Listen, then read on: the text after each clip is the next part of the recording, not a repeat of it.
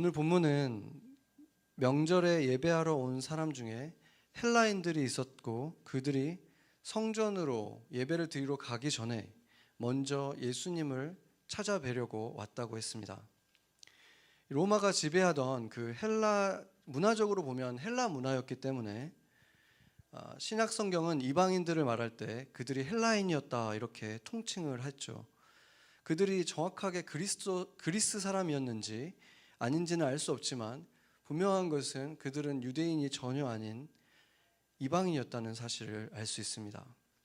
그런데 그 이방인들이 어떤 영문에서였든지 유대인이 아니지만 유대인의 성전이 있는 예루살렘에 와서 그 유월절에 그 명절을 지내고 그곳에서 드려지는 제사에 참여하려고 왔다는 것이죠. 물론 그들은 성전 안에까지는 들어갈 수 없었고 성전 그 밖에 있는 이방인들을 위한 공간에서만 예배를 드릴 수 있었습니다. 그럼에도 불구하고 그 예배에 참여하기 위해서 멀리서 찾아온 것이죠. 그런 사람이 또 있었죠. 사도행전에 보면은 에티오피아에서 네시, 그러니까 그 여왕의 그 트레저를 맡은 재정을 관리하는 그 주요 관리였는데 그 사람이 그 마차를 타고 그 예배를 드리러 왔다가 돌아가는 길에 그 빌립 집사를 만나는 사건이 사도행전에 기록되어 있죠. 그러니까 그 사람도 완벽한 이방인이었는데도 불구하고 이곳에 성전에 예배를 드리러 왔다는 것을 볼 수 있죠. 그러니까 적지 않은 사람들의 숫자가 이 성전에서 드려지는 유대인들의 하나님을 믿었고 그곳에 예배를 드리러 오는 사람들이 있었다는 사실을 알 수 있습니다. 이렇게 유대교에 지대한 관심을 갖고 있었던 이 헬라인들에게 있어서 소문이 난 것이죠. 예수님에 대한 소문이 난 거예요. 그게 얼마나 흥미롭고 신기한 일이었겠습니까? 그 하나님이 메시아를 보냈다. 근데 그 메시아가 죽은 자도 살리고 심지어 이방인들까지도 만나주시고 이방인들에게도 기적을 베풀어 주신다. 이런 얘기들을 들었을 때 그들 안에 얼마나 큰 소망이 생겼겠습니까? 그 성전 안에 들어가지도 못하고 밖에서만 예배 드렸던 그들에게 있어서 그들 가운데 특히나 그 예수님 주변에 있는 12제자 가운데에는 헬라 문화가 섞여 있는 빌립이라고 하는 제자도 있다. 이런 얘기도 들렸으니 헬라인으로서 유대인을 믿는 사람들은 홀대를 받았잖아요. 그 홀대 받았던 그들에게 있어서는 너무나 놀랍고 반가운 소식이었던 것이죠. 전에 우리가 빌립에 대해서 볼 때 그 이름 자체가 헬라식 이름이라고 그랬죠. 필립이니까. 그래서 최소한 그의 아버지는 헬라 사람이었을 것이다. 이방인이었을 것이다 라고 말을 했습니다. 그래서 그는 둘 다 부모가 다 이방인이었을 수도 있고 적어도 아버지는 이방인이었기 때문에 원래 아버지가 만약에 유대인이었다면 당연히 유대식 이름을 가졌을 텐데 이 헬라식 이름을 가졌다는 거죠. 그래서 그들이 예수님을 만나러 왔을 때 누가 제일 눈에 들어왔겠습니까? 자기랑 비슷하게 생긴 이 빌립이 눈에 들어오는 거죠. 만약에 우리 교회에 어떤 히스패닉 형제가 교회를 찾아왔는데 펠릭스 형제가 이곳에 있었다면 누구한테 먼저 찾아가서 말을 걸겠습니까? 당연히 펠릭스에게 찾아가겠죠. 그것과 마찬가지인 것이죠. 그리고 또 학자들에 의하면 빌립이 다른 제자들에 비해서 헬라어가 아마 유창했을 것이다. 당연히 그렇겠죠. 그랬기 때문에 자신들도 히브리어보다는 헬라어가 더 편했던 이 사람들이 이 빌립의 외모를 보고 그 사람을 찾아갔을 것이다 라고 본다는 거죠.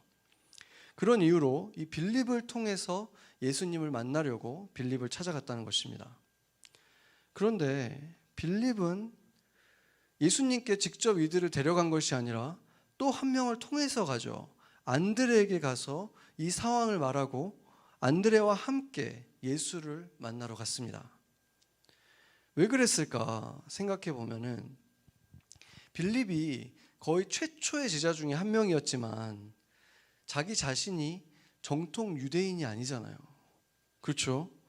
빌립 자신이 생각했을 때 12제자들을 보면은 다들 유대인들인데 자기만 섞여 있잖아요. 외모도 좀 다르고 문화적으로도 다른 사람이기 때문에 자기가 스스로 예수님께 가장 가까이 가는 것을 좀 불편하게 생각했을 수도 있는 거예요. 그러니까 안드레에게 먼저 찾아가서 최초의 제자 중에 한 명이었죠. 그래서 그 사실을 말하고 같이 갔다는 거죠. 왜? 예수님의 가장 가까운 제자였고 예수님에게 많은 걸 배웠는데도 그럴 수밖에 없었던 것이, 예수님의 이너서클은 안 그랬어도 그를 둘러싼 모든 문화는, 그때 세상 자체는 여전히 유대인과 그 헬라인들이 완벽하게 구별되고 그들과 함께하는 것들이, 그 차별 자체가 더 자연스러운 그런 시대였기 때문에 빌립이 그런 생각을 할 수밖에 없었다는 거죠. 결국은 안드레와 함께 예수님께 나온 빌립이 이 헬라인들이 예수님을 뵙고자 이렇게 찾아왔습니다 라고 말하자 예수님이 이렇게 대답하셨죠. 인자가 영광을 얻을 때가 왔도다, 이렇게 말씀하셨어요. 예수님 그래 잘 왔다 뭐 이런 말을 한 게 아니라 이제 내가 영광을 받을 때가, 그 시대가 이제 도래했다, 이 말씀을 하신 거예요. 생각을 해보세요. 이 헬라인이 몇 명이었는지는 모르지만 지금 예수님의 눈앞에 찾아온 사람들, 안드레 유대인이었죠. 빌립 섞인 사람이었죠. 그리고 나머지 완벽한 유대인이 아닌 헬라인들, 이 사람들이 모여가지고 예수님을 뵈러 찾아온 거예요. 그 모습, 그 무리를 딱 봤을 때 예수님 눈앞에 펼쳐진 이 모습은 바로 예수님이 이제 만들어갈 교회의 모습이었던 것이죠. 유대인과 헬라인이 구별되지 않고, 인종이 무엇이든 문화가 무엇이든 구별되지 않고 그들이 하나 돼서 예수님을 찾는 모습, 예수님을 만나러 온 그 모습이 지금 우리 이 시대의 교회의 모습이잖아요. 예수님이 보고 싶었던 그 교회의 모습이 마침내 정말 그려지는 그 모습을 보고 예수님이 감격을 했고, 드디어 이 시대가 왔다. 열방이 하나 되는 시대, 인류의 역사의 새로운 챕터가, 마지막 시대가 드디어 열렸다. 지금 그 말씀을 하신 것입니다. 이제 예수님께서 영광을 받으시는 시대가 도래한 것입니다. 지금 우리는 이 영광이라고 예수님이 이렇게 말씀은 하셨지만, 이 영광이라고 말씀하신 이것이 모욕의 상징인 십자가를 뜻한다는 것을 너무 잘 알고 있잖아요. 그렇죠? 그러니까 영광이라는 말을 들어도 이것은 십자가지라고 그냥 바로 대입을 해버리겠지만, 당시에 그 말을 들었던 사람들에게는 영광이라는 말은 십자가하고 전혀 상관없는 말이었죠. 영광을 받는다, 영광입니다, 이런 표현은 언제나 어떤 사람이 높은 곳에 들여 올려졌을 때, 그곳에 올라갔을 때 사용하는 표현인 거예요. 어떤 대단한 상을 받았을 때 영광입니다, 이런 말을 하잖아요. 대단한 자리에 자기가 있었던 곳보다 더 높은 자리에 발탁이 되거나 뭐 투표를 통해서 선출이 되거나 그러면 그 사람들이 하나같이 하는 말이 영광이라고 말을 하는 거예요. 그래서 그 영광이라는 말의 공통점은 뭐냐면, 우러러 볼 수 있는 그 높은 곳에 들려진 것을 영광이라고 부른다는 거죠. 예수님도 온 예루살렘이 볼 수 있는 언덕에, 그것도 더 높은 그 나무 위에 들려주신 것이죠. 그 십자가에 들려진 것을 영광이라고 예수님이 표현하신 것입니다. 그러나 단지 그 고통스럽고 잔인한 십자가에 올려졌기 때문에, 들려졌기 때문에 영광이라고 말씀하신 것은 아니었습니다. 예수님께서 그렇게 형벌처럼 여겨지고 저주로 여겨졌던 나무에 달리는 그것을 통해서 대신 죄를 용서받게 될 사람들, 갇혀있던 사람들 중에서 풀림을 받게 될 사람들, 영광을 얻게 될 헬라인들, 한국인, 미국인들 구별 없이 여기에 있는 우리 모두들, 그 얼굴들을 보게 됐기 때문에 우리가 그 예수님이 희생함을 통해서 영광을 받게 되잖아요. 하나님의 자녀들이라는 그 영광된 자리에 우리가 올라가게 되기 때문에 주님께서 이것을 영광이라고 하신 것이죠. 목숨처럼 사랑하셨던 우리들이 비로소 그 일을 통해서 구원받을 것을 보셨기 때문에 영광이라고 하셨고, 우리가 구원받기를 그 그토록 원하셨던 하나님 아버지를 위해서 자신이 그 희생을 할 수 있다. 이것이 나에게는 너무나 무한한 영광이다 하는 그 의미 때문에 또한 영광이 된 것입니다. 예수님은 그렇게 한 알의 밀알이 되신 것입니다. 우리가 아까 찬양도 했지만 한 알의 밀알이 되어, 이 표현만 그냥 들어도 그 뜻이 무슨 뜻인지 분명하게 알지 못해도 너무 시적이고 아름다운 표현 아닙니까? 너무나 유명한 표현인 거예요. 그래서 정말 많은 사람들이 이 표현을 쓰죠. 정치인들은 너나 할 거 없이 이 표현들을 썼더라고요. 제가 한번 그 한 알의 밀알이 되어 어떤 사람들이 썼나 이렇게 그냥 검색을 했더니 별로 그렇게 반갑지 않은 얼굴들이 이렇게 쫙 뜨더라고요. 그래서 이런 말을 하는 거예요. 제가 대권에 도전하지 않고 한 알의 밀알이 한번 되겠습니다. 이렇게 말하고, 내가 이 독재를 막기 위해서 한 알의 밀알이 되겠습니다. 또는 그 반대는 내가 이 정권을 지키기 위해서 한 알의 밀알이 되겠습니다. 이 말을 너무 좋아하는 거예요, 사람들이. 그러니까 무슨 뜻인지는 알는지 모르는지 모르겠지만 너무 멋지다는 거는 다 느끼니까 그렇게 쓰는 거죠. 어떤 이유에서 그 표현을 썼는지는 모르겠지만 굉장히 불쾌했어요. 예수님께서 곧 자기 자신이 감당하게 될 모욕과 죽음에 대한 상징으로서 사용하신 이 거룩한 말씀을 정치적인 목적을 위해서 그냥 사용한다는 것 자체가 일단 기분이 나빴지만, 지금 자기 자신이 말하는 그 말의 뜻을 그들은 모르는 거예요. 그들은 내가 밀알이 되겠습니다. 그러니까 무슨 말이에요? 그것을 신문에다 그렇게 낸다는 거는 내가 이렇게 희생한다는 것 좀 알아주세요. 다음에 나를 좀 지지해 주세요. 그런 의미로 지금 사용한 거잖아요. 그것만으로도 그들은 그 의미를 전혀 모른다는 거죠. 왜냐하면 그걸 통해서 가장 큰 이득을 받고 싶은 사람들은 자기 자신이었잖아요. 그렇기 때문에 전혀 다른 의미라는 것입니다. 그렇다면 이 말의 올바른 의미는 무엇입니까? 24절을 다시 한번 읽어보겠습니다. 오늘 본문 24절 같이 한번 읽죠.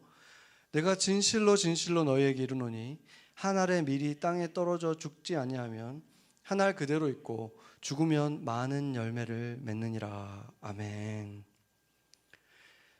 그 밀의 씨앗이 있잖아요. 밀의 씨앗이 땅에 묻히지 않으면 그냥 알 그대로 있지만, 묻히고 나면은 새로운 밀이 하나 자라죠. 밀이 자라고 나면은 그 밀에는 어마어마하게 많은 수백 개의 열매가 맺히는 거예요. 그 밀이 또 맺히는 거죠. 그러면 그 밀이 또 다른 밀을 만들어낼 수 있고, 그렇게 되다 보면은 정말 셀 수 없는 열매들이 그 한 알의 밀로부터 시작해서 그냥 끝없이 펼쳐져 갈 수 있다는 거죠. 그것이 바로 가장 직접적인 해석인 거죠. 저희 집에 방문한 분들은 여기 다 방문해 보신 것 같은데, 저희 뒷마당에 깻잎이 좀 있잖아요. 깻잎 좀 수확해 가신 분들도 좀 있는데, 보셔서 아시겠지만 정말 이 수십 개, 수백 개가 있어요. 셀 수도 없죠. 굉장히 많은 그 깻잎들이 있는데, 그게 완전히 자연이 생긴 건 아니지만 한 4, 5년 전쯤에 한 6개인가 7개를 저희가 그 한아름에 사가지고 심었거든요. 모종을 심었는데 그게 지금 매년 그렇게 나는 거예요. 우리가 아마 그 좀 조절을 안 해주면은 아마 이 잔디밭까지 침범할 수도 있어요. 그렇게 수백 개씩 이렇게 자라는데, 그 생각을 해보면은 그 씨앗 하나가 하나만 자란다고 해도 그 안에 씨가 정말 어마어마하게 많이 열리거든요. 근데 그 씨앗들이 떨어지면 그 하나가 만들어내는 것이 어마어마하게 많은 깻잎을 만들어내고, 그 깻잎이 또 씨를 만들어내고, 그런데 생각을 해보면 그 모든 것들이 씨앗 하나에서 시작한다는 거예요. 그러니까 그 하나 안에 그 모든 가능성이 사실은 이미 들어있다는 거잖아요. 그게 얼마나 놀랍습니까? 그냥 한 알의 그 깨 안에 그 밭을 이룰 만한, 사실은 그것보다도 더 많이 나갈 만한 가능성이 이미 그 안에 담겨 있다는 거죠. 그런데 그 씨앗을 내가 만약에 그냥 컨테이너에 담아 놓으면 아무 일이 일어나지 않고 그냥 컨테이너 채로 있는 거예요. 하나로 남아 있는 거죠. 근데 그게 땅에 묻히면 그 가능성들이 실현되기 시작하는 거예요. 정말 한계가 없이 계속 나갈 수 있는 거죠. 그렇게 열매를 맺는다는 그 의미를 말씀하신 것이죠. 우리가 그런 말을 하잖아요. 누구누가 이곳에 묻혀 있다, 이런 말을 하죠. 이 표현은 한국뿐만이 아니라 한국도 뭐 영어로도 똑같이 묻혔다는 말은 이미 죽어 있다, 죽어서 이곳에 묻히셨다, 이런 표현인 거잖아요. 그러니까 예수님께서 지금 죽었다 이 표현을 반대로 묻혔다는 얘기로 하신 것이죠. 그런데 이 깻잎의 씨가 땅에 떨어져서 묻히는 시기가 언제냐면은 우리가 이제 깻잎을 몇 번을 다 따다 먹고 나서 이제 먹어도 끝이 없으니까 그냥 이제 방치하는 시대가 오면 거의 이제 늦가을이 되고 나면 이제 씨 봉오리가 이렇게 올라와요. 거기에 이제 그 씨가 이렇게 맺히는데 그게 대략 늦가을이에요. 늦가을이 되고 나면 이제 추워지고 그게 이제 땅에 떨어지죠. 그러고 나면 이제 뉴욕, 뉴저지의 가을, 겨울이 되게 춥잖아요. 이 시기를 이제 그 깨 씨들이 지나는 거예요. 땅이 꽁꽁 얼어붙기도 하고 눈에 완전히 이렇게 덮여가지고 또 몇 개월을 보내기도 하고 그런 일들을 겪고 나서 한 4월 정도는 돼야지 이제 정말 작은 그 순들이 이렇게 올라오는데 제가 그때가 되면 아침마다 이렇게 나가가지고 봐요. 그러면 그 깻잎처럼 안 생겼어요. 그 순들은 어떻게 생겼냐면 동그랗게 생겼어요. 그 떡잎이라 그러잖아요. 그 떡잎들이 정말 조그만 게 이렇게 퐁퐁퐁 아침마다 이렇게 계속 올라와요. 어제 없었던 게 저기서 또 나오고 또 나오고 끝도 없이 올라오거든요. 그러니까 그걸 보는 게 정말 이렇게 귀여워요. 사랑스럽죠. 그걸 보는 재미가 있어요. 그런데 그게 나오기 전까지는 그 딱딱했던 그 어둠 속에 그 땅 밑 속에서 씨앗들이 죽은 것처럼 몇 개월을 있었다는 거예요. 그 전에 그걸 보고 나서 거기에서 그 새싹이 나올 거라는 것을 볼 수가 없죠. 그것은 전혀 가능성이 없어 보이는 거예요. 그러다가 그 새싹들이 몇 개월을 그냥 아무 일도 일어나지 않는 채로 기다리고 있다가 적당한 온도와 습도가 딱 생기고 나면 일조량이 이제 생기면 그렇게 그 딱딱한 껍질을 뚫고 땅을 뚫고 그 조그만 것들이 이렇게 올라온다는 거예요. 그게 얼마나 놀라운 것을 말해줍니까? 그것을 보지 못하고 있었을 때 우리에게 필요한 건 뭐냐면 믿음이라는 거죠. 믿음 말고는 그것을 볼 수가 없는 거예요. 그 믿음으로 기다리는 시간이 필요했다는 것이죠. 제가 며칠 전에 저희 교회 근처 70가에 갔다가 PS199의 앞에 제가 갔다가 굉장히 반가운 얼굴을 만났어요. 그 데이빗이라고 하는 아주 덩치가 큰 그 미국 분 있잖아요. 우리 그 학교를 청소해 주던 그분을 제가 만났는데 둘 다 마스크를 쓰고 있었는데도 바로 알아보고 저한테 굉장히 반갑게 인사를 해주더라고요. 근데 원래 이제 미국 분들이 좀 이렇게 모르면서 아는 척 해줄 때가 있잖아요. 또 우리가 다 비슷비슷해 보이니까. 그래가지고 저는 못 알아봤는데 그냥 그런 걸 수도 있다 이렇게 생각을 했어요, 처음에. 근데 먼저 이렇게 말하는 거예요. 너무 오랜만이다. 그러면서 안 그래도 너네들이 너무 보고 싶어가지고 최근에 검색 엔진에다가 맨하탄 미션 철치를 검색을 해봤다는 거예요. 그래가지고 우리의 영상들도 보고 막 그랬다는 거예요. 그러면서 너무 신기하다는 거예요. 제가 진짜 뭐 그날 했다든지 뭐 거의 최근에 검색을 해봤는데 검색하자마자 지금 우리가 자기 눈앞에 나타나니까 정말 깜짝 놀란 거예요. 그분이 신기해하더라고요. 여러분 데이빗을 아는 분들은 알겠지만 그분이 그렇게 막 살갑게 얘기하는 스타일이 아니잖아요. 약간 무뚝뚝한 그런 스타일인데도 그냥 굉장히 반갑게 맞고 우리랑 계속 얘기하려고 그러는 거예요. 너무 반가워하더라고요. 근데 그분이 우리가 떠날 때쯤 돼서, 그러니까 굉장히 우리랑 같이 오랫동안 시간을 보냈지만 많은 대화를 하지는 못했죠. 근데 거의 우리가 떠날 때쯤 돼서 우리가 행사할 때 초대하면은 앉아가지고 음식도 먹고 또 행사하는 거 뒤에 뒤에 앉아가지고 보기도 하고 그랬거든요. 거의 마지막쯤에. 그래서 사형리도 몇 번 전하고 그랬는데 그러면서 우리랑 정이 들었던 거죠.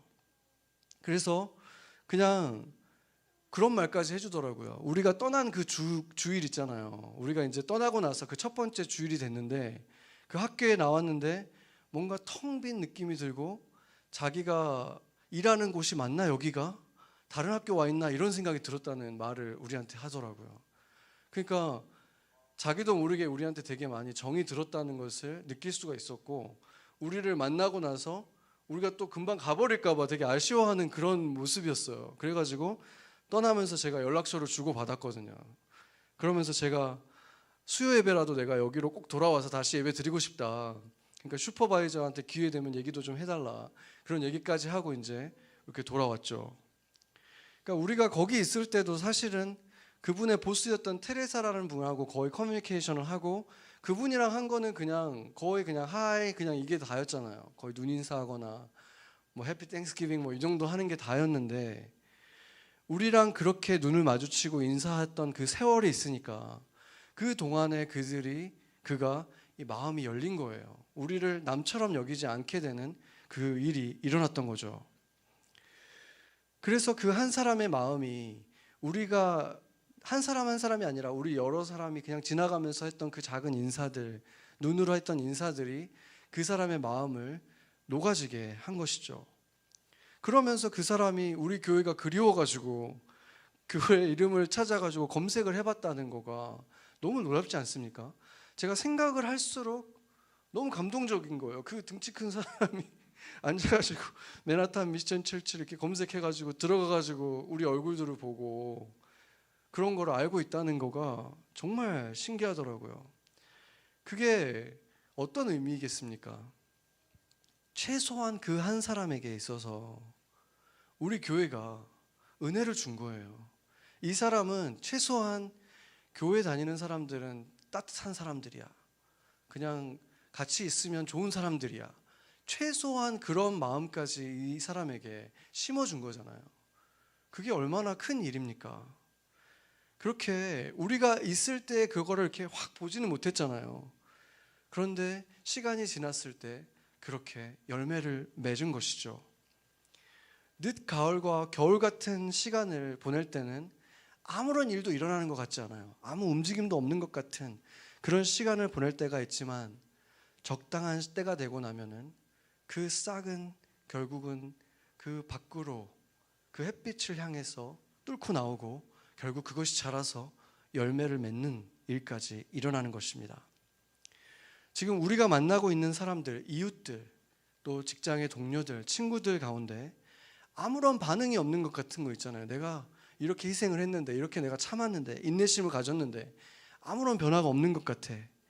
그런 사람들에게 지치지 말고 계속 친절을 베풀고 사랑해주고 따뜻한 미소라도 계속 보내주고 있다면 언젠가는 그들의 마음이 녹아질 그 날이, 새싹이 땅을 뚫고 올라올 날이 반드시 온다는 것입니다. 아멘. 네. 그렇다면 그 암흑과 같은 시간, 아무 일도 일어나지 않는 것 같은 그 시간의 의미는 무엇이겠습니까? 그 시간은 마치 죽은 것 같은 시간이죠. 땅에 묻혀 있고 아무런 변화도 일어나지 않습니다. 겉으로 볼 때는 아무 변화가 없어요. 정지된 것과 같은 시간, 모든 것이 멈춰 있는 시간, 움직임이 없는 시간, 그것을 히브리어로 뭐라고 합니까? 샤밧, 멈춤, 쉼, 이런 뜻입니다. 안식일을 말하는 뜻이죠. 샤밧. 많은 사람들이 2020년이 그런 해처럼 되었다고 말을 합니다. 잃어버린 1년이다. 정말 프로덕티브하지 않았던 한 해다. 모든 것이 멈춰버렸다. 학교도 직장도 결혼도 이 모든 게 다 그냥 최소한 이 1년은 그냥 사라져버린 것 같다. 우리 인생에서. 그런 한탄하는 소리가 여기저기서 들려오잖아요. 어떤 일이 일어난 것입니까? 우리 인류는 아무도 원하지 않았던 너무나 억지스럽게 다 같이 그 샤바스에 안식년에 들어간 것입니다. 우리 교회만 보더라도 생각해 보세요. 지금은 우리가 이미 적응이 돼가지고 자연스럽게 여겨지지만 매 달마다 우리는 거리로 나갔었잖아요. 그거를 지금 못한 지가 벌써 6개월이 넘었어요. 7개월째가 된 거예요. 그것도 못한 지 이렇게 됐죠. 1년에 한 번씩 사우스 다코타 갔던 것도 못 갔죠. 또 봄에 갔던 수련회, 또 9월 지금쯤이면 우리가 한참 정교인 수련회를 준비하고 있어야 되는데 그것도 못 가죠. 그리고 또 조금 있으면 이제 또 크로스를 준비해야 되는데 그것도 못 하죠. 이 모든 우리가 생각할 때 너무나 중요했던, 우리 교회에 있어서는 너무나 중요했던 이 일들을 진짜 하나도 못하고 사역들을 다 멈춰진 채로 지금 너무나 억지스럽게 우리가 원하지 않았던 이 멈춤의 시간, 샤바트를 이 교회도 보내고 있다는 것이죠. 2020년은 이렇게 원하든 원치 않았던 교회도 세상도 다 같이 이 안식년의 시간을 보내고 있는 것입니다. 하나님께서는 이스라엘 백성들에게 매주 있는 안식일이 있지만 그것뿐만이 아니라 7년에 한 번씩 안식년을 꼭 지키라고 말씀하셨습니다. 레위기 25장 4절 5절을 제가 한번 읽어보겠습니다. 일곱째 해에는 그 땅이 쉬어 안식하게 할지니 여호와께 대한 안식이라. 너는 그 밭에 파종하거나 포도원을 가꾸지 말며 내가 거둔 후에 자라난 것을 거두지 말고 가꾸지 아니한 포도나무가 맺은 열매를 거두지 말라. 이는 땅의 안식년임이니라. 아멘. 아무것도 하지 말라는 거예요. 너가 심은 것도 거두지 말고 네가 심지 않았지만 그냥 자연스럽게 난 것도 거두지 말고 확실하게 말씀하신 거죠. 내가 준 땅에 대해서 나는 것들을 조금 더 거두지 말아라. 아무 일도 하지 마라. 얼마 동안? 무려 1년 동안 하지 말라는 거예요. 지금 우리에게는 상상이 안 되는 일이잖아요. 그런데 7년에 한 번씩 이걸 하라는 것입니다. 땅도 쉬고 사람도 쉬고 하나님께서 율법으로서 이렇게 지키라고 하신 것입니다. 1년 동안 농사를 안 지면 도대체 어떻게 먹고 살까? 한 집 걸로 한 집이 안 하는 게 아니라 다 같이 온 이스라엘이 1년을 이렇게 쉬어버리면 어떻게 이스라엘이라는 나라가 살아남을 수 있었을까? 우리가 그렇게 당연히 생각하게 되지만 보면은 안식일을 주셨을 때도 어떻게 하셨습니까? 6일째 되는 날에 2배를 주셨잖아요. 만나를 2배를 내려줘서 7일째 될 때는 거둘 필요가 없게 하나님이 다 채워주신 거예요. 그러니까 안식년에도 1년 동안 농사를 안 지어도 먹고 살 수 있게끔 내가 책임질 테니까 너희는 그냥 쉬어라. 일하지 말아라. 심지어 거기서 난 소출들 있잖아요. 그것들은 이제 종이나 나그네나 그러니까 수토할 수 없었던 사람들 있잖아요. 가난해서 그냥 품삯 받고 일했던 사람들, 종들, 그리고 그냥 거기서 거류하는 나그네들한테 그것을 가져다 먹으라 그랬어요. 그러니까 그 농사를 안 지었지만 자연스럽게 난 것들 있잖아요. 그거는 그 가난한 사람들에게 그냥 거저줘라. 이런 말씀을 하신 것이죠. 그러니까 사회적 약자들을 돕는 일은 그때 할 수 있다라는 말씀을 하신 거죠.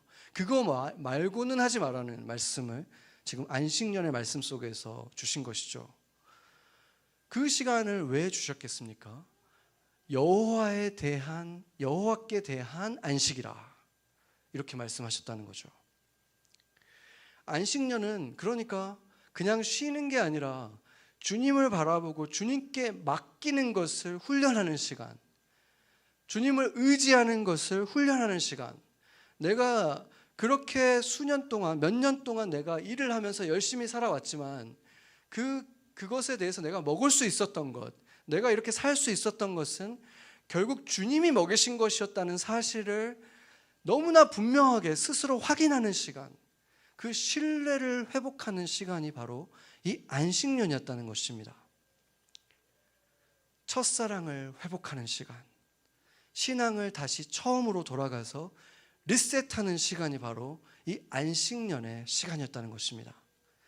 너무나 바쁘고 생각할 것들이 너무 많고 계획한 것들이 너무 많고 계획할 것들이 많고 이랬던 인류에게 사회의 안전망들을 다 만들어져 있고 모든 의약품이 있고 모든 게 다 있기 때문에 하나님께 기도할 필요가 없는 이 시대의 사람들에게 결코 주어지지 않았던 주님만을 바라는, 주님만이 줄 수 있는, 주님을 신뢰할 때만 가질 수 있는 진짜 안정감을 찾는 시간, 참된 안식의 시간을 허락하신 것입니다.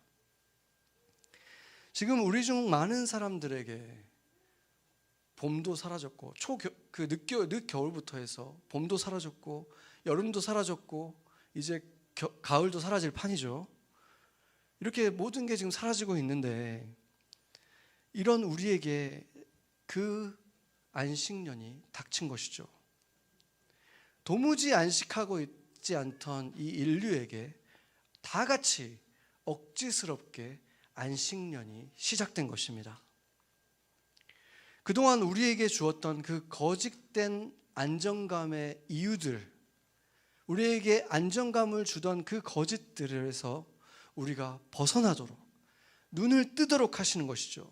진정한 안정감의 원천, 평강의 이유가 되시는 예수님에게서 그 안정감을 찾는 시간을 가지라는 것입니다.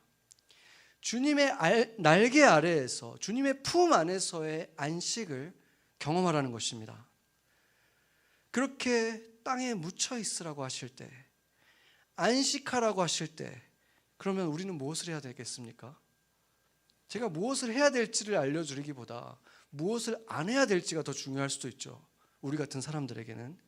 또 머리를 굴리면서 이제 계획을 또 세우고, 이것이 끝나면 이걸 해야지 막 계획을 세운다거나, 위기가 기회라 그랬으니까 지금 내가 뭔가를 해야 된다, 이거를 막 또 하는 거예요.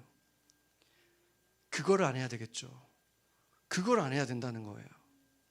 그거에 또 붙들려서 지금 이 안식의 시간까지도 바쁘게 보내는, 되지도 않는 일들을 붙들고 살아가는, 그 불안함을 해소하기 위해서 그런 것들을 하는 그 삶을 살지 말고 주의 날개 아래서 안식하는 법을 배우고 주를 신뢰하는 것을 경험하라는 것입니다. 지금은 그 씨앗이 땅에 묻혀 있을 때 필요했던 게 뭐라고 했습니까? 그때 필요한 것은 믿음밖에 없는 거예요. 결국에는 적당한 온도와 습도와 일조량이 생기는 그날, 모든 것이 기적처럼 전혀 일어날 것 같지 않은 그 일들이 일어날 것이라는 그 믿음이 어느 때보다도 필요한 시간이라는 것입니다. 주님의 날개 아래서 주님과 나의 관계를 더욱 견고히 하는 시간으로 보내야 하고, 참된 안식을 누리는 시간으로 보내야 한다는 것입니다. 분주하게 만들 일들을 억지로 만들어 나가면서 이 시간을 어떻게든 바쁘게 보내봐야지 하지 말고, 주님과 함께 시간을 보내고, 홀로 시간을 보내보고, 주님과 함께 대화하는 시간을 보내고, 쉬는 시간을 가지라는 것입니다. 땅에 묻힌 씨앗들은 죽지 않았습니다. 적당한 때가 될 때까지 분주한 일을 만들면서 또 바쁘게 만들 것인가, 이 기회를 또 놓칠 것인가, 아니면 참된 안식을 어느 때보다도 평안하게 쉴 수 있는 이 시간을 누릴 것인가, 이것은 믿음에만 달려있는 일인 것입니다. 올해는 또 정말 많은 분들이 갑작스럽게 소천을 하셨죠. 전에 봤던 그 라브 자크라야 같은 분도 있었고, 또 한 분이 최근에 소천을 하셨는데, 제가 직접 뵌 적은 없지만 정말 존경했고 그분의 그 삶을 통해서 많은 것을 배우고 영향을 받았는데, 한 장로님이셨습니다. 61세의 나이로 너무 갑작스럽게 소천을 하셨는데, 그 세계 무역센터 월트레이드 센터의 부회장을 하셨던 이돈 장로님이 최근에 돌아가셨죠. 제가 그 목회자의 길로 가기 전에, 제가 그 이제 10여 년 전에 그 설교를 그분의 간증을 들었었기 때문에, 당시에 뭐 제가 좋아하는 목사님들도 있었고 거기에서 많은 은혜도 받았지만, 이분은 세상을 살아가는 그리스도인이었잖아요. 세상 속에서 그 부딪히면서 살아가는 평신도로서 어떻게 정말 하나님 나라를 위해서 살아갈 수 있는가에 정말 너무 좋은 본을 보여주셨기 때문에 다른 어떤 설교 말씀보다 그분의 간증이 저에게 주는 그 울림과 영향력은 어마어마했었죠. 한국인으로서 그 국제기구에서 그 정도까지 그때 당시에 그렇게 올라간다는 것은 그것만으로도 너무 놀라운 일인데, 그분은 그 모든 게 세상 말로는 운으로 된 거고 자신은 하나님을 믿으니까 하나님의 은혜로만 된 거다. 정말 일어날 수 없는 일들이 계속해서 연속적으로 일어나서 자기가 거기까지 간 것이다 라고 말을 하죠. 그래서 겸손하게 이렇게 말을 했습니다. 나는 원래 LA에서 양말 파는 노점상이었는데, 그러면서도 장사 안 되면 하나님한테 막 투정 부리고 하나님께 막 원망하던 사람이었는데, 그리고 자신의 원래 꿈은, 한국에 있었을 때 꿈은 자신의 얼굴을 닮은 만두를 만들어가지고 만두로서 세상에서 성공하는 만두가게 사장이 되는 게 꿈이었는데, 자신이 하나님이 나를 여기까지 인도하신 것이다, 이렇게 겸손하게 말씀하는 그런 분이었습니다. 자신의 실력으로는 여기까지 절대 올라올 수 없었지만 다 하나님이 하신 일이다. 그러니 나보다 뛰어난 여러분들은 하나님께 당연히 쓰임받을 수 있다. 이것이 그분의 주요 메시지였어요. 언제나. 그래서 그분의 간증을 들을 때마다 정말 큰 믿음과 소망이 이렇게 불어넣어지는 그런 정말 너무나 훌륭하고 좋은 간증이었는데, 그분의 삶 자체가 간증이었죠. 제가 그분의 간증을 10여 년 전에 들었는데도 너무 생생하게 지금도 기억나는 이유는 그걸 들으면서 너무 충격을 많이 받았기 때문이었어요. 아무리 봐도 일단은 그분의 외모나 말투를 보면은 저분이 정말 월트레이드 센터에 그렇게 높은 분이 맞을까? 아닌 것 같이 보이는 거예요. 말도 막 너무 막 훌륭하게 잘하는 분이라거나 영어를 너무 잘하는 분이라거나 그렇지가 않거든요. 그러니까 아닌 것 같은데. 그리고 그분의 말들이 너무 어떻게 보면 약간 환타지, 어떤 그 영화를 넘어서서 거의 만화 수준이에요. 들어보면 어떻게 그런 일이 일어날 수 있을까? 뭐 집을 40일 동안 돌고, 뭐 옥스퍼드 대학교를 비를 맞으면서 막 돌고, 뭐 영어가 안 되는데 영어 강사로 해서 가지고 돈을 벌고, 막 정말 그런 것들을 들으면 저거는 진짜 아닌 것 같은데, 아무리 생각해도 말이 안 되는데 해가지고 제가 심지어 첫 간증을 들었을 때는 막 조사를 해봤어요. 이분 사기꾼 아니야 하면서 진짜 이분이 그 월트레이드 센터 일하는 사람 맞는지 막 찾아봤다니까요. 정말 믿어지지가 않는 거예요. 외모도 말투도 그분의 정말 하나님의 그 간증도. 근데 진짜 그분이 맞더라고요. 막 유엔에서 막 사진 유명한 분들과 막 함께 하는 일들이 막 다 있고, 그 정도로 그분은 하나님에게 정말 집중했던 사람, 놀라움이 가득한 인생을 하나님과 함께 살아갔던 사람인 거예요.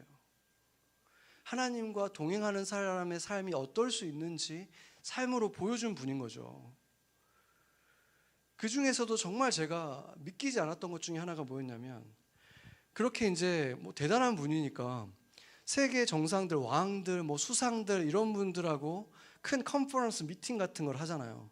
근데 그런 게 주말에 이렇게 주말까지 이렇게 그분들은 막 어디를 큰 데를 빌려가지고 일주일 동안 막 이런 걸 하잖아요. 엄청나게 한대요. 그러면 주일이 되면은 자기는 양해를 구하고 자기 교회가 있는 워싱턴 DC로 돌아와가지고 예배도 드리고 찬양팀도 섬기고 다시 월요일 날 돌아간대요. 그래서 다시 또 일을 하고, 주일이 되면 또 다시 세계 어디에서 어떤 중요한 미팅이 있어도 항상 그렇게 했다는 거예요. 그것도 좀 잘 안 믿길 수 있잖아요. 그런데 그분의 교회 목사님이 그렇게 말을 하더라고요. 분명히 중요한 일 때문에 어디 갔는데 주일날 오면 여기 앉아 있는 거예요. 그리고 찬양대에 서가지고 찬양하고 있는 거예요. 한 번도 안 빠지고 그렇게 했다는 거죠. 얼마나 그게 목사에게도 놀라운 일이겠습니까? 다른 성도들에게도 놀라운 일이고. 그렇게 바쁜 일정을 소화했지만 그분은 그 모든 것이 자신에게 일어나는 이유가, 누가 자신에게 그 모든 축복들을 주셨는지, 그 안정감을 주셨는지 단 한 번도 잊어버리지 않고 그분에게 집중하며 살았다는 거죠. 누구입니까? 예수 그리스도. 나의 보스가 아니라, 그 수상들이 아니라, 나를 그 자리에 있게 뽑아준 그 사람들이 아니라 바로 예수님이 나를 그 자리에 있게 했다. 예수님이 나에게 이런 것을 맡겨주셨다. 누가 나에게 이 자리를 지켜주시는 분이다 라는 것을 잃어버리지 않았기 때문에 그분은 그렇게 살 수 있었던 것이죠.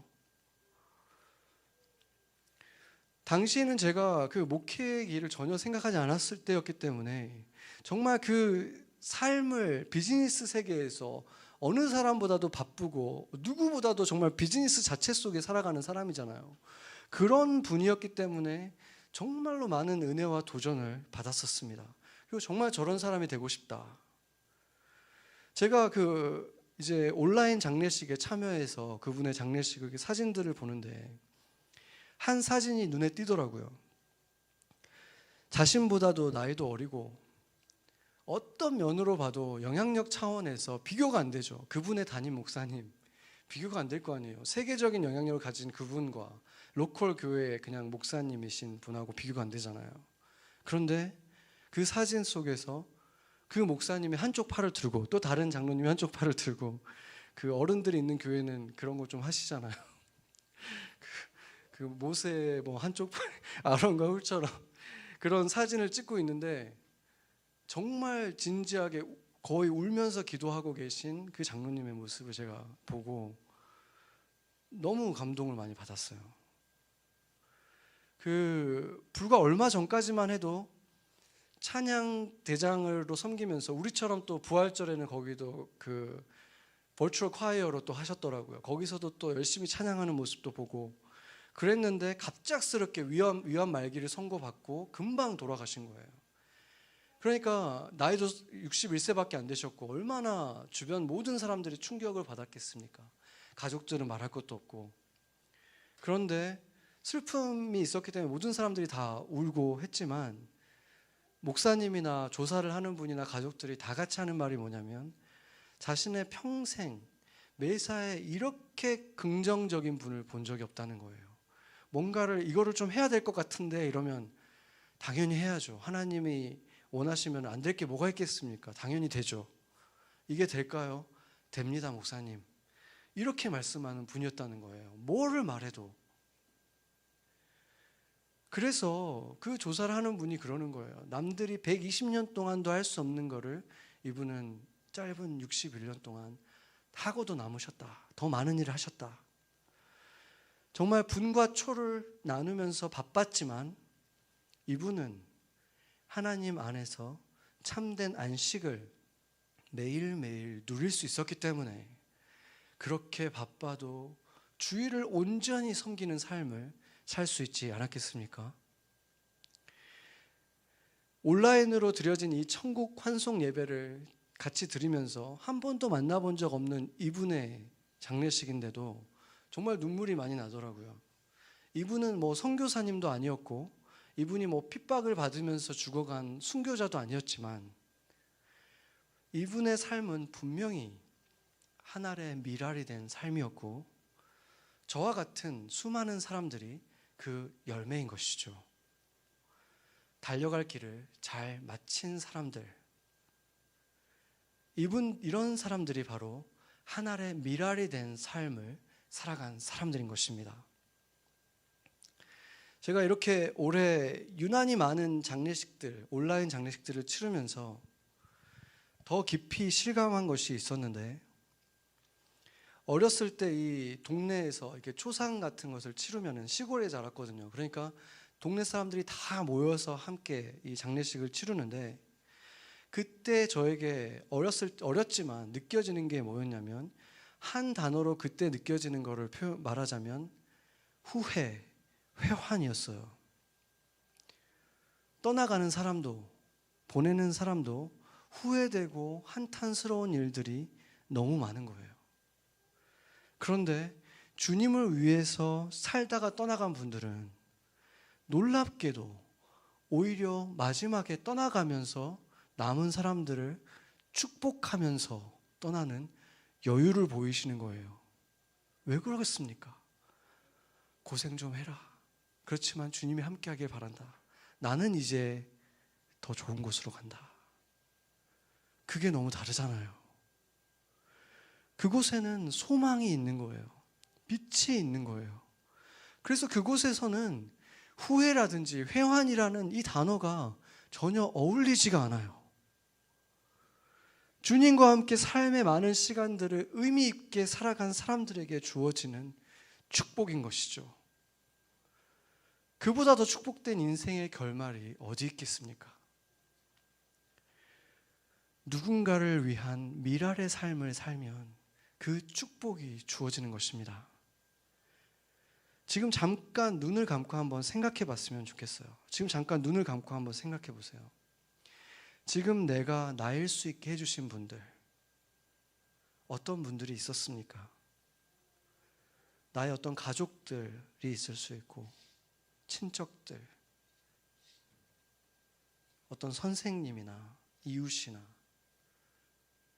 어린 시절에 그 주일학교 선생님이었을 수도 있고, 순장님이었을 수도 있고, 우리 모두에게는 하늘의 미랄이 되어주신 어떤 분이 우리 삶에 있었습니다. 네, 눈을 떠도 좋습니다. 그 사람이 예수님을 모르셨던 분이라고 할지라도 하나님께서 우리 삶에 선한 영향력을 주시기 위해서 허락해 주셨던 분들이 있었죠. 그렇다면은 하나님을 믿는 우리라면은 하나님이 기다리고 계신 영원한 집에 대한 소망을 가지고 있는 우리라면은, 그 소망을 가지고 있는 우리라면 우리는 스스로 기쁨으로 그 미랄이 되는 삶을 선택해야 되지 않겠습니까? 우리 모두에게는 그 꿈이 있어야 되는 거예요.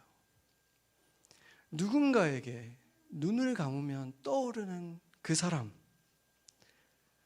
예수님이 생각나게 하는 사람, 우리가 만약에 그런 한 사람이 된다면 우리는 그리스도인으로서 성공한 삶을 산 것입니다.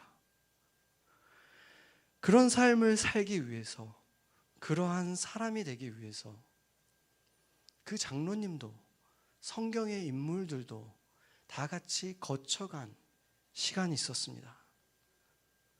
땅에 묻혀 있는 것 같은 시간, 세상 아무도 나를 알아봐주지 않는 것 같은 시간, 어둠 속에 죽어 있는 것 같은 시간, 샤밧의 시간, 안식년의 시간, 하나님을 의지할 수밖에 없는 그 시간, 그 시간을 온전하게 안식하며 그 신뢰를 회복했을 때 그들이 하늘의 미랄이 되는 삶을 살아갈 수 있었던 것입니다. 온 인류에게, 온 세계의 교회들에게 주님이 지금 그런 샤밧의 시간을 주고 계신 것입니다.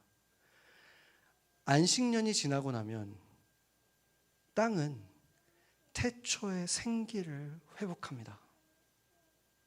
그리고 우리는 예수님을 처음 알았던 그 설레었던 첫사랑의 사랑을 회복하게 되는 것입니다. 말 그대로 리바이벌, 첫사랑이, 첫 열정이, 그 생명력이 되살아나는 것입니다. 그 부흥을 위해서, 그 풍성한 수확의 날을 위해서 지금 우리는 온전한 안식의 날을 맞고 있는 것입니다. 지금 여러분들 가운데 지금도 여전히 생활이 너무 바쁘고 분과 초를 나눴어야 되는 그런 일정을 보내고 있다면 주일 예배를 온전하게 주님께 드리십시오. 안식일을 온전히 지킴으로써 나의 삶의 추가, 닻이 주님께 온전히 내려져 있는 안식의 삶을 살아가십시오.